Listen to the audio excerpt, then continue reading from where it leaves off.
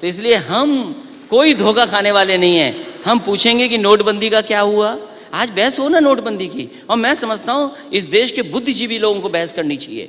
जिन्होंने तारीफ की थी आज वो आगे आए। हम तो नहीं पढ़ते लिखे उतने, या हम लोग नहीं समझ सकते उतनी बात। जो लोग नोटबंदी की तारीफ कर रहे थे कि भ्रष्टाचार खत्म हो जाएगा, इससे आतंकवाद खत्म हो जाएगा, नक्सलवाद खत्म हो जाएगा, कम से कम वो बातें तो सामने आए आज। फिर जीएसटी का क्या असर पड़ा है उसकी बातें तो सामने आए। महिलाओं के लिए क्या कहा है, कितनी बेटियां सुरक्षित हैं, 1090 बंद कर दिया। ये जो आप कह रहे हैं ना, ये हम लोग डिबेट्स में भी अपने लगातार, क्योंकि ये बात सही है, यूपी से जब अपराध के मामले आ रहे हैं, आप देखते भी होंगे, हम इनको अपनी चर्चाओं में उठाते भी हैं। जवाब ये मिलता है कि आपके राज्य में एफआईआर दर्ज नहीं होती थी, अब ज्यादा एफआईआर होती हैं, इसीलिए ग्राफ का स्तर बढ़ा हुआ दिखता है। मैं चाहती थी इस पे आप जवाब दें। मैं फिर आपको कह रहा हूं, अगर किसी सरकार के लोगों ने कहा है तो वो जानते नहीं है इस बात को। फुल प्रूफ सिस्टम है डायल 100। किसी ने भी शिकायत की इसका मतलब वो शिकायत दर्ज है।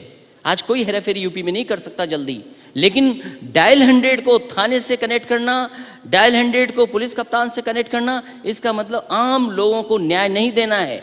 जिनके हाथ में ताकत थी थाने और उधर से कम डायल 100 मदद कर रही थी उन लोगों का। डायल 100 में ऐसी बात नहीं थी, और कहीं भी कोई शिकायत ऐसी नहीं आती थी कि एफआईआर नहीं दर्ज की गई है। अब तो हम 17 महीने से सरकार से बाहर हैं। अब तो आंकड़े आपने भी देख लिए होंगे। क्या बेटियां सुरक्षित हैं? क्या महिलाएं सुरक्षित हैं? क्या हत्याएं नहीं हो रही? और पुलिस की हत्याएं की बात करें, इनके यहां तो कुल्हाड़ी से काटे जा रहे हैं। ऑफिस में बड़े सरदारी गया, अपनी खुद गोली मार ली, किसी ने मार दी, पता ही नहीं अभी तक। तमाम पुलिस के अधिकारी जान दे चुके हैं। पुलिस इतना अन्याय करी जिसकी कल्पना नहीं कर सकते। और सोचिए, सरकार अगर किसी को जेल में मरवा दे तो क्या कानून व्यवस्था होगी इस प्रदेश की। एनकाउंटर पे तो बहुत मुखर होकर के ये सरकार बोलती है। एनकाउंटर एक से मैं नहीं उंगली उठा रहा हूं।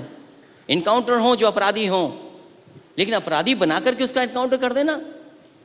और फिर जब सरकार को लगा कि सुप्रीम कोर्ट ने थोड़ा सा लताड़ा है तो एनकाउंटर बंद हो गए। अब तो केवल एक ही पैर पे गोली लगती है, वो भी घुटने के पास गोली लगती है।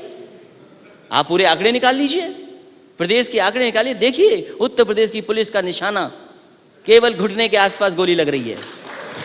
और क्या आगरा के सिपाही लोगों का नहीं क्या कह रहे थे, इतना पैसा दे दो जिसको चाहो उसको मार देंगे हम।